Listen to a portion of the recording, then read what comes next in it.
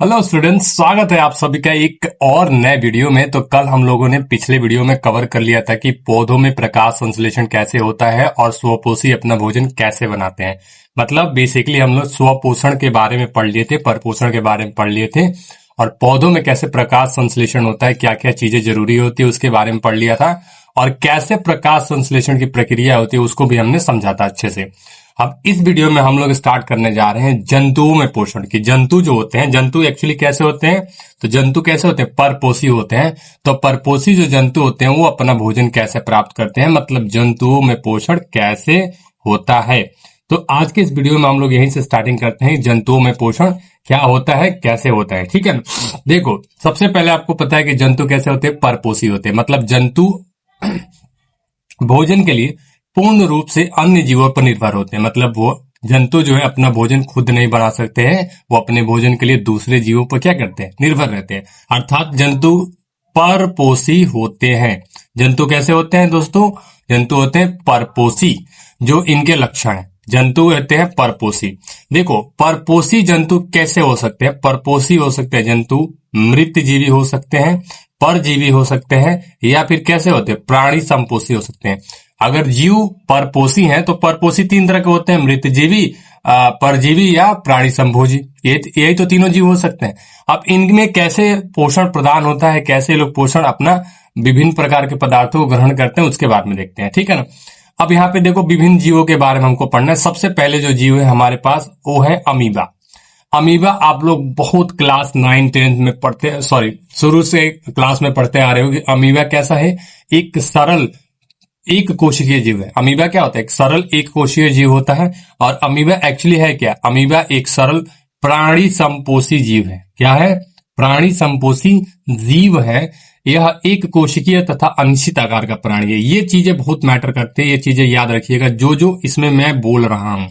सबसे पहला प्राणी संपोषी जीव है, दूसरा एक कोशिकीय जीव है, तीसरा अनिश्चित आकार का, इसका कोई आकार नहीं होता है। अब अमीबा को तुम कैसे भी ड्रॉ कर लो, ऐसे बस यहाँ पे एक केंद्रक बना दो, चाहे ऐसे ड्रॉ कर लो, ऐसे बना दो, अमीबा हो गया, ऐसे बना दो, ये अमीबा हो गया। तुमको जैसे मर्जी वैसे बना दो, अमीबा वैसे, अनिश्चित आकार, इसका कोई निश्चित आकार नहीं होता है। इनके आकार उत्पादों के बनने तथा बिगड़ने के कारण बदलता है। अब इसका आकार फिक्स क्यों नहीं होता, बदलता क्यों रहता है। देखो, ये जो तुम उभार जो देख रहे हो ना बगल में, ये सारे उभार जो दिख रहे हैं, ये सारे के सारे उभार को हम लोग बोलते हैं कूटपाद। कूटपाद माने नकली पैर। ये अपने कूटपादों को किसी भी दिशा में क्या कर सकता है, बदल सकता है। इसीलिए इसका आकार हमेशा क्या होता है, बदलते रहता है। इसका आकार क्या होता है, बदलते रहता है। इसके शरीर में पोषण के लिए कोई विशेष रचना नहीं होती है। ये अपने उत्पादों की मदद से ही अपना भोजन ग्रहण करती है। देखो, अमीबा के शरीर में ना मुंह होता है, ना एनस होता है, कुछ नहीं उसके बॉडी में होता है। वो उसके शरीर एक कोशिकीय जीव है, सिर्फ एक सिंगल सेल से बना हुआ जीव है। तो उसके शरीर में ऐसा कोई भी खाने वाला मुंह नहीं होता है, पचाने वाला पाचन तंत्र नहीं है, कुछ भी नहीं है। वो भोजन कैसे करते हैं, ये अपने कूटपादों की मदद से भोजन पकड़ते हैं, कूटपादों की मदद से। अब अमीबा में कूटपाद कैसे भोजन पकड़ते हैं, जैसे मान चलो यहाँ पे मैं अमीबा बना दिया और यहाँ पे मान चलो एक भोजन का टुकड़ा है, तो अमीबा क्या करेगा, इस भोजन की तरफ अपना धीरे धीरे शरीर क्या करेगा, बढ़ाने लगेगा। इस तरीके से यहाँ पे आया, ठीक है। अब अमीबा यहाँ पे और भोजन आएगा तो अमीबा अपने कूटपादों को क्या करेगा, इस तरीके से बढ़ा के इस तरह से इसको घेरने की कोशिश करेगा। लास्ट में क्या करेगा, अमीबा इसको अपने क्या करेगा, अंदर कर लेगा। अमीबा भोजन को क्या करेगा, अपने अंदर इस तरह से कर लेगा, खींच लेगा। अपने उत्पादों को चारों तरफ से बढ़ाता है साइड से, और साइड से बढ़ाने के बाद उस भोजन को क्या करता है, अपने अंदर पकड़ के रख लेता है। और अमीबा में पोषण किस तरह से होता है, अमीबा में पोषण होता है अंतर्ग्रहण। सबसे पहले अमीबा में किसी भोजन को क्या किया जाता है, अंदर लिया जाता है। अंदर लेने की जो प्रक्रिया उसको बोलते हैं अंतर्ग्रहण। दूसरा क्या होता है, पाचन होता है उस भोजन का। पहले अंदर लेते हैं तब पाचन होता है, उसके बाद क्या होता है, उसका बहिष्करण प्रक्रिया पूर्ण होता है। तो 3 स्टेजेस होते हैं अमीबा में, क्या है, भोजन के पाचन के लिए, सॉरी अमीबा में पोषण के लिए कौन कौन से, अंतर्ग्रहण, उसके बाद पाचन, उसके बाद बहिष्करण। सबसे पहले अंदर लेता है, फिर उसको पचाता है, फिर उसको क्या करते हैं, शरीर से बाहर निकाल लेता है। अब ये बहिष्करण जो क्रिया होती है ये विसरण द्वारा होता है। यहाँ पे मेंशन नहीं किया बट मैं लिख दे रहा हूँ, ये क्रिया किसके द्वारा होती है, सिंपल विसरण द्वारा होती है। तो ये रहा अमीबा। अमीबा में कैसे पोषण होता है, ये चीज मैं आपको पूरा का पूरा समझा दिया। अब आते हैं पैरामीशियम। ये भी बहुत एक फेमस जीव है पैरामीशियम। ये चप्पल की तरह दिखता है, बहुत आपके अपने इसके बारे में बहुत सारे पढ़े भी होगा। अमीबा की तरह ये भी क्या है, एक कोशिकीय प्राणी संभोजी जीव है। कैसा है, एक कोशिकीय प्राणी संभोजी जीव है।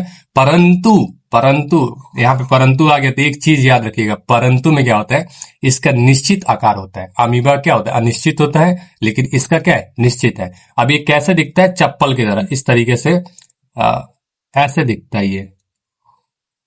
ये जो है पैरामीशियम इस तरीके से दिखता है। यहाँ पे इसका मुख होता है खाना भोजन पकड़ने के लिए, ठीक है।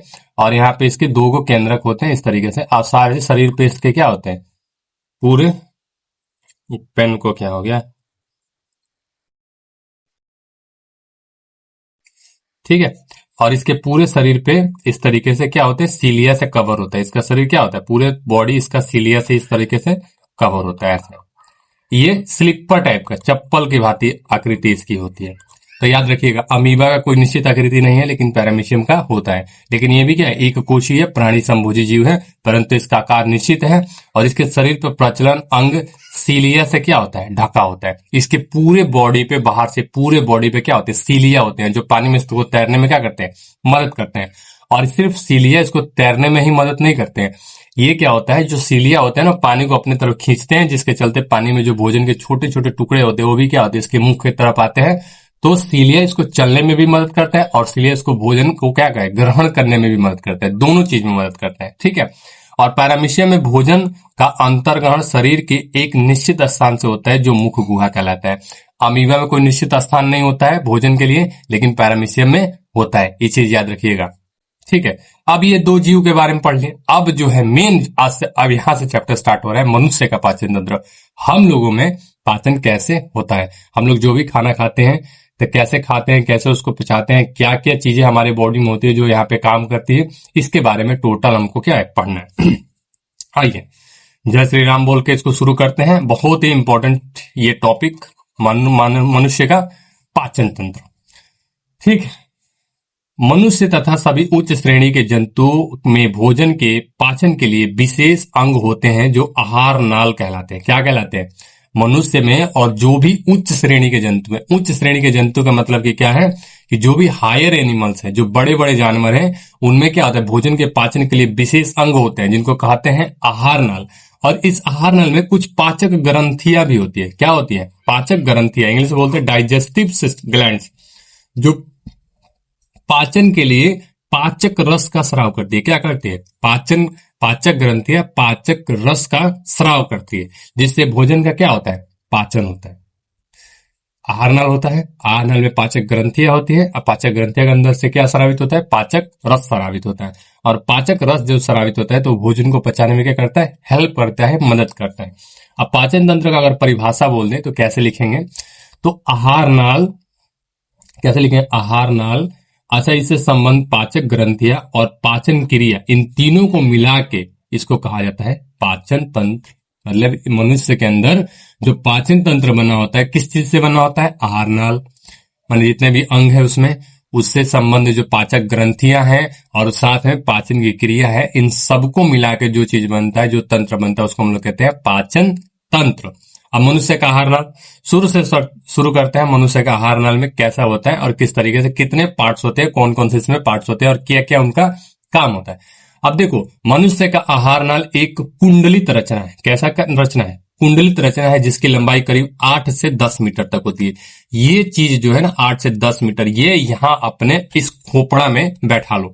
कहाँ पे, खोपड़ा में ये बैठा लो कि मनुष्य का आहार नाल की लंबाई कितनी होती है, 8 से लेके 10 मीटर तक हो सकती है, ठीक। अब ये कहां से शुरू होती है, यह मुख गुहा से शुरू होकर मल द्वार तक फैली होती है। कहां से कहां तक, यहां से मुख गुहा से शुरू होती है और कहां तक फैली होती है, मल द्वार, मतलब जहां से हमारा वेस्ट प्रोडक्ट क्या होता है, हमारे शरीर से बाहर निकलता है। चीजें क्लियर हुई। सबसे पहले आहार नाल कुंडलित रचना है, जिसकी लंबाई 8 से 10 मीटर होती है। दूसरा चीज क्या है, कि हमारे मुख गुहा से लेकर हमारे मल द्वार तक क्या होती है, फैली होती है।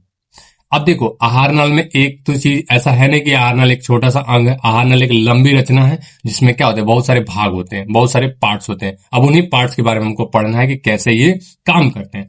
सबसे पहले स्टार्टिंग होता है मुख गुहा से, हमारे मुंह से, ठीक। मुख गुहा आहार नाल का पहला भाग है। यह ऊपरी तथा निचली जबड़ों से घिरी रहती है। मुख गुहा जो हमारे मुंह के अंदर जो गुहा है ना, कैविटी है, जो खाली स्थान, उसी को हम लोग बोलते हैं मुख गुहा। और ये सबसे पहला पार्ट है हमारे पाचन का। मुख गुहा क्या होता है? दो जबड़े होते हैं, मतलब एक ऊपर वाला जबड़ा ये वाला, और एक नीचे वाला, ये नीचे वाला जबड़ा। ठीक है, जबड़े से क्या होता है? घिरा होता है। मुख गुहा को बंद करने के लिए ऊपरी तथा निचले मांसल होठ होते हैं। मुंह गुहा को बंद करने के लिए हम एक्चुअली, हमारे मुंह को अगर कोई बंद करता है तो कौन करता है? ये जो हमारे ऊपर जो होठ लगे हुए हैं, ऊपर और नीचे दोनों, यही तो बंद करते हैं। तो मुख गुहा को बंद और खोलने के लिए दो मांसल के रचनाएं हैं, जिनको हम लोग क्या कहते हैं? होठ कहते हैं। अब मुख गुहा में क्या क्या चीजें पाई जाती है? दो चीज पाई जाती है मुख गुहा में। पहला तो है हमारा जीभ, और दूसरा है हमारे दांत। मुख गुहा में क्या क्या चीजें पाई जाती है? दो चीजें पाई जाती है। पहला मुख गुहा, दूसरा क्या है? दांत। एकदम सिंपल है, बहुत ही आसान बायोलॉजी है 10 का। इससे आसान भाषा में आपको कोई नहीं पढ़ाने वाला, इतना चीज याद रखिएगा। मुख गुहा में सिर्फ दो ही चीजें पाई जाती है, एक मुंह, एक जीभ है और एक दांत है। इसके अलावा और कुछ बता दो हमको जो पाई जाती है? कुछ नहीं। अब इन दोनों के बारे में पढ़ना है। सबसे पहले हमको पढ़ना है जीव के बारे में। जीव क्या होता है? तो जीव क्या है? फर्श पर स्थित एक मांसल रचना है। ये है, आपको पता है, मुख गुहा के जो फर्श, फर्श मतलब क्या होता है? नीचे तालू जो है वहीं पे क्या है? एक मांसल रचना है। जीव क्या है? एक मांसल रचना है। इसकी ऊपरी सतह पर कई छोटे छोटे अंकुर होते हैं, जिन्हें स्वाद कलिया कहते हैं। अंकुर और स्वाद कलिया, यहाँ पे ब्लू हाईलाइट किया गया है यहाँ पे। तो जो हमारा जीव है, इसके ऊपर है, इसके ऊपर छोटे छोटे अंकुर पाए जाते हैं, जिनको स्वाद कलिया कहते हैं। अब आपको ये दिखाई नहीं देंगे, दिखाई इसलिए नहीं देंगे कि वो बहुत छोटे छोटे होते हैं। आप ध्यान से शीशे में जाकर अपने जीभ को बाहर निकाल के देखिएगा, तब आपको दिखाई देंगे कि छोटे छोटे अंकुर होते क्या एक्चुअली। इनको स्वाद कलिया कहते हैं। अब इनका काम क्या है कि जो भी हम भोजन कर रहे हैं, उनमें जो भी स्वाद है उसको पता लगाना। हमको कैसे पता लगता है कोई चीज की खट्टा है, मीठा है, तीखा है, चाहे उसका स्वाद कैसा है, अच्छा है कि बुरा है? स्वाद कलिया जो जीभ पे होती है, वो उनमें क्या होते हैं? रिसेप्टर्स होते हैं, जो स्वाद को ग्रहण करके हमारे ब्रेन को बताते हैं कि ये चीज कैसा है।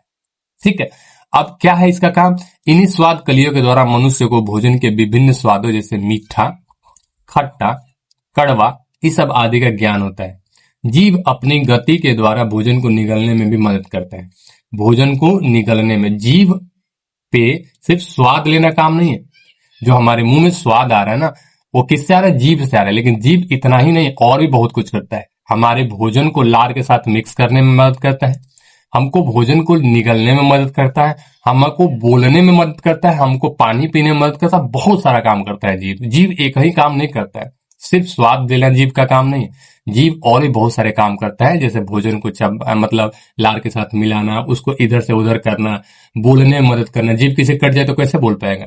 ठीक है, पानी पीने में मदद करना, और भी स्पीच देने में, बहुत सारे काम है इसका। तो ये है जीभ।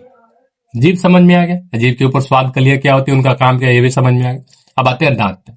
दांत क्या होता है? मुख गुहा के ऊपरी और निचले जबड़े में दांत व्यवस्थित होते हैं। मुख गुहा के जो ऊपरी जबड़ा है, यहां से लेकर यहां तक, ये और ये नीचे, ये जो जबड़ा है, इसमें क्या होते हैं? दांत होते हैं। दांत का वह भाग जो मसूड़ों में धंसा होता है, रूट या जड़ कहलाता है। और जो भाग मसूड़े के ऊपर होता है, उसे सिर या शिखर, क्राउन कहते हैं, तथा बीच का जो भाग होता है उसको ग्रीवा या गर्दन कहा जाता है। ये चीजें जो होती है, ये थोड़ा सा मैं आपको बताता हूँ। यहाँ पे दो मैं कलर ले रहा हूँ। यहाँ पे चलो इस तरह का जो मैं दांत बना दे रहा हूँ यहाँ पे इस तरीके से, और यहाँ पे मैं रेड ले रहा हूँ। मान चलो ये हमारा मसूड़ा है, ठीक है, ये मसूड़ा है, इसके अंदर दांत क्या है? धंसा हुआ है। तो जो दांत का ये निचला हिस्सा है, इसको हम लोग बोलते हैं जड़। जो ऊपरा हिस्सा है उसको हम लोग बोलते हैं ये जो शिखर या क्राउन, जो भी बोलो, ये, ठीक है। और जो यहां से यहां तक की जो बीच का है, इसको हम लोग क्या बोलते हैं? गर्दन या ग्रीवा। तो सबसे ऊपर जो दिखाई दे रहा है उसको बोलते हैं शिखर। जो मसूड़े के अंदर क्या है? धंसा हुआ है, उसको हम लोग कहते हैं जड़। और जो ऊपर जो शिखर और मसूड़े के बीच में, उसको हम लोग क्या बोलते हैं? गर्दन या ग्रीवा बोलते हैं। यह है दांत का पूरा स्ट्रक्चर। अब दांत कितने प्रकार के होते हैं? दांत 4 प्रकार के होते हैं। ये परीक्षा में कितनी बार पूछा है और पूछ भी सकता है। दांत कितने प्रकार के होते हैं? 4 प्रकार के। सबसे पहला जो दांत है उसको हम लोग बोलते हैं कर्तनक, या फिर इंग्लिश में इसको बोलते हैं इंसाइजर, या फिर इंसीजर भी बहुत लोग बोलते हैं। इंसीजर मतलब कैंची, काटने वाला। तो सबसे पहला जो दांत है उसको हम लोग बोलते हैं कर्तनक। क्लियर हुआ? दूसरा जो दांत है उसको हम लोग बोलते हैं भेदक। क्या बोलते हैं उसको? भेदक। इसको इंग्लिश में बोलते हैं कैनाइन। तीसरा जो दांत है इसको बोलते हैं प्रीमोलर। प्रीमोलर। और चौथा जो दांत है इसको बोलते हैं मोलर। अब मैं यहाँ पे काम नहीं इसका दिया हुआ है, बट मैं बता देता हूं क्या काम है। ये जो है, ठीक है, ये जो है कर्तनक, ये काटने वाले दांत है। यहाँ पे लिख दे रहा हूं, काटने वाले दांत। क्या होते हैं? काटने वाले दांत हैं, इंसीजर।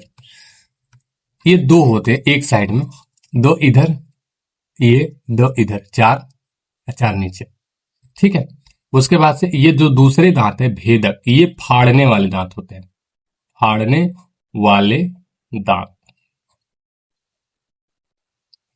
ये जो तीसरे हैं प्रीमोलर, ये चबाने वाले हैं। और ये चौथा जो दांत है इसका भी काम यही है, लगभग चबाने वाले हैं। पीछे के जो प्री मोलर और मोलर है चबाने वाले हैं, और पहला और जो दूसरा है वो कैसे है? वो है काटने और फाड़ने वाले दांत। शेर को देखें, ये वाला दांत क्या होता है? बहुत बड़ा बड़ा होता है, क्योंकि शेर एक मांसाहारी जानवर है। और मांसाहारी जानवर क्या है? उनको मांस को फाड़ के खाना है, तो उनका ये जो केनाइन वाला दांत है, भेदक दांत है। भेदक माने छेद करने वाला, तो उनका दांत क्या होता है? बहुत बड़ा बड़ा होता है। तो ये हमारे दांत में चार प्रकार। ये वन होता है एक साइड में, ये क्या होते हैं? टू होते हैं, और ये लास्ट वाले क्या होते हैं? थ्री होते हैं। डेंटल फॉर्मूला 2 1 2 3 होते हैं। और नीचे भी क्या है? 2 1 2 3। ये याद रखिएगा, ये एक साइड के होते हैं। 2 1 2 3, दो तीन, दो पांच, पांच तीन आठ, आठ इधर, आठ इधर, 16, और 16 क्या है? नीचे 32। ये है डेंटल फॉर्मूला। वयस्क मनुष्य के मुंह में कितने दांत होते हैं? सबको पता है कितने दांत होते हैं? 32 दांत होते हैं, जिसमें से क्या है? चार गो इंसीजर होते हैं। क्या होते हैं? दो दो चार, चार गो इंसीजर। और दो गो क्या है? चार गो इंसीजर, दो गो केनाइन, चार गो प्री मोलर, और क्या है? छह गो मोलर, एक एक साइड में दोनों में। तो ये 32 दांत हो गए। तो ये है चार दांतों के चार प्रकार, इसके बारे में पढ़ ली। अब आते हैं लार ग्रंथिया के ऊपर। लार ग्रंथिया क्या है? मनुष्य के मुख गुहा में 3 जोड़ी लार ग्रंथियां पाई जाती है, एक दो नहीं। सबसे क्या है? पहला पैरोटिड ग्रंथि। सबसे पहला जो ग्रंथि है उसका नाम क्या है? पैरोटिड ग्रंथि। दूसरा जो ग्रंथि है सब मैंडिबुलर ग्रंथि। और तीसरा जो ग्रंथि है उसका नाम क्या है? सब लिंगुअल ग्रंथि। और इन ग्रंथियों का काम क्या है? इन ग्रंथियों का काम क्या है? ये लार स्रावित करती है। लार स्रावित करती है। लार स्रावित करती है। और आगे जाओगे तो डिटेल में पढ़ाया जाएगा तुमको इस लार का क्या काम है, इसमें क्या क्या पाया जाता है। बट अभी के लिए इतना समझो कि लार ग्रंथियां क्या करती है? लार स्रावित करती है। और लार हमको भोजन का स्वाद लेने में भी मदद करता है और पचाने में भी मदद करता है। तो ये पहला भाग था मुख गुहा, किसका? आहार नल का। आगे बढ़ते हैं। मुख गुहा का पिछला भाग क्या कहता है? ग्रसनी कहलाता है। मुख गुहा का जो पिछला भाग है वो क्या है? ग्रसनी। मुख गुहा का पिछली भाग ग्रसनी। यहां खत्म हुआ ये वाला जस्ट पोर्शन, या ग्रसनी। अब ग्रसनी में दो छिद्र होते हैं, पहला होता है निगल द्वार, दूसरा होता है कंठ द्वार। पहला क्या है? निगल द्वार, दूसरा क्या है? कंठ द्वार। अब कंठ द्वार जो होता है, कंठ द्वार के आगे एक पट्टी जैसी रचना होती है जो एपिग्लोटिक्स कहलाती है। क्या कहलाती है? एपिग्लोटिक्स। जो कंठ द्वार होता है ना, उसके ऊपर एक रचना होती है जिसको बोलते हैं एपिग्लोटिस। मनुष्य जब भोजन करता है तब यह पट्टी कंठ द्वार को ढक देती है, जिससे भोजन श्वास नली में नहीं जा पाता है। दो छिद्र है ना, दो छिद्र है ग्रसनी में। जब भी हम खाना खाएंगे तो हम हमारे बॉडी को कैसे पता कि खाना किस नली में भेजना है? हो सकता है कि श्वास वाले नली में चला जाए, श्वास वाले नली में चल जाना, मर जाएंगे। अब मरने से बचने के लिए श्वास नली के ऊपर, मतलब कंठ द्वार के ऊपर एक ढक्कन होता है। जैसे ये नली हो गया इस तरीके से, इसके ऊपर एक ऐसा ढक्कन होता है। जैसे भोजन आता है इसको क्या करता है? ढक देता है ऊपर से। उसको क्या करता है? ढक कर बंद कर देता है। तो भोजन कंठ द्वार में ना जाके सीधे कहाँ जाता है? निगल द्वार में। और निगल द्वार से होते हुए हमारी ग्रास नली में, ग्रास नली से पेट में चला जाता है। इससे हमारे क्या होता है? श्वास नली में भोजन नहीं जा पाता। अगर श्वास नली में भोजन का एक दाना भी चल गया तो आदमी खांसते खांसते हालत खराब हो जाएगा, हो सकता है आदमी की मृत्यु भी हो जाए। ठीक है। देखो तो कभी कभी खाते खाते सड़क जाता है, तो वही होता है कंठ द्वार में। कभी कभी अचानक से क्या होता है? कोई चीज का भोजन छोटा सा टुकड़ा क्या होता है? चल जाता है। ठीक। तो ये चीज समझ जाए कि ग्रसनी पिछला भाग है मुख गुहा का, और मुख गुहा में कितने छिद्र होते हैं? 2 छिद्र होते हैं, निगल द्वार और कंठ द्वार। कंठ द्वार के ऊपर एक मांसल रचना होती है पट्टी जैसी, जिसको बोलते हैं एपिग्लोटिस। और ये एपिग्लोटिस का क्या काम है कि कंठ द्वार को बंद करना, जब भोजन मनुष्य करता है तब। अब ग्रसनी के बाद कौन सा पार्ट आता है? वो आता है ग्रास नली। अब ग्रास नली कैसा होता है? मुख गुहा से सना हुआ लार भोजन निगल द्वार से के द्वारा ग्रास नली पहुंचता है। मुख गुहा से ग्रसनी, या ग्रसनी से कहां पहुंचेगा? ग्रास नली में। अब भोजन के पहुंचते ही ग्रास नली की दीवार में तरंग की तरह संकुचन और शिथिलन होती शुरू हो जाती है। संकुचन और शिथिलन हो जाती है, जिसे हम लोग क्या बोलते हैं? कर्मानुकुंचन। इसको बहुत ध्यान से याद रखिएगा ये वर्ड को, कर्मानुकुंचन। भोजन हमारे ग्रास नली में धीरे धीरे नीचे की ओर उतरता है, और इस प्रक्रिया को कहते हैं क्रमानुकुंचन। हमारी जो ग्रास नली है ना, इस तरीके से दाब दाब के धीरे धीरे भोजन को क्या करते हैं? नीचे उतारते हैं। जब हम खाते हैं तो हमको पता चलता भी होगा कि जब भी हम भोजन कर रहे हैं तो हमको पता चलता है कि भोजन यहाँ से अब नीचे आ रहा है, ऐसे आ रहा है, नीचे धीरे धीरे क्या होता है? पेट में जब जाता रहता है। तो जो क्रमानुकुंचन होता है ना, उसी के थ्रू क्या होता है? भोजन धीरे धीरे हमारे पेट में क्या होता है? नीचे की ओर जाता है। चीजें क्लियर हुई ग्रास नली के। अब ग्रास नली से भोजन क्या होता है? नीचे की तरफ बढ़ता है, और कहां पहुंचता है? वो पहुंचता है सीधे सीधे किसमें? अमाशय में। मतलब आहार नल का अगला भाग कौन सा है? अमाशय है। अब अमाशय एक चौड़ी थैली जैसी रचना है जो उदर गुहा के बाईं ओर से शुरू होकर अनुप्रस्थ दिशा में फैली होती है।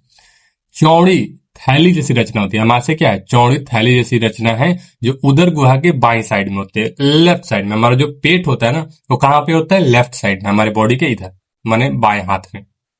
ठीक। अब अमाशय 3 भागों में बटा होता है। ये चीज याद रखिएगा, बाईं ओर पूछता है कई बार। अमाशय हमारे पेट में किस तरफ है? लेफ्ट साइड में, बाईं ओर है। अब अमाशय 3 भागों में बटा होता है। पहला क्या है? कार्डियक है, दूसरा क्या है? फंडिक है, और तीसरा क्या है? पाइलोरिक है। चीजें क्लियर हुई? अमाशय 3 भागों में बटा है, कार्डियक, फंडिक और पाइलोरिक। ये अमाशय इस तरीके से ग्रास नली है ये। इसके बाद यहां से क्या है? अमाशय शुरू होता है ऐसे, और ये जो सबसे ऊपर वाला हिस्सा को कार्डियक, बीच वाला क्या है? फंडिक, ठीक है, और लास्ट वाला जो भाग है उसको बोलते हैं पाइलोरिक। चीजें क्लियर हुई? 3 भाग होते हैं पेट के, अमाशय, फंडिक और पाइलोरिक। अब जठर ग्रंथि क्या होता है? अमाशय जो पेट होता है ना, अमाशय की भीतरी दीवार पर स्तंभाकार एपिथेलियम, स्पंदा, ये कोशिकाओं मतलब उत्तक का नाम है। स्तंभाकार एपिथेलियम कोशिकाओं का स्तर होता है। कोशिकाओं का यह स्तर जठर ग्रंथियों का क्या करता है? निर्माण करता है। जठर ग्रंथियों क्या करता है? हमारे पेट में स्तंभाकार एपिथेलियम पाए जाते हैं जो जठर ग्रंथियों क्या करता है? निर्माण करता है।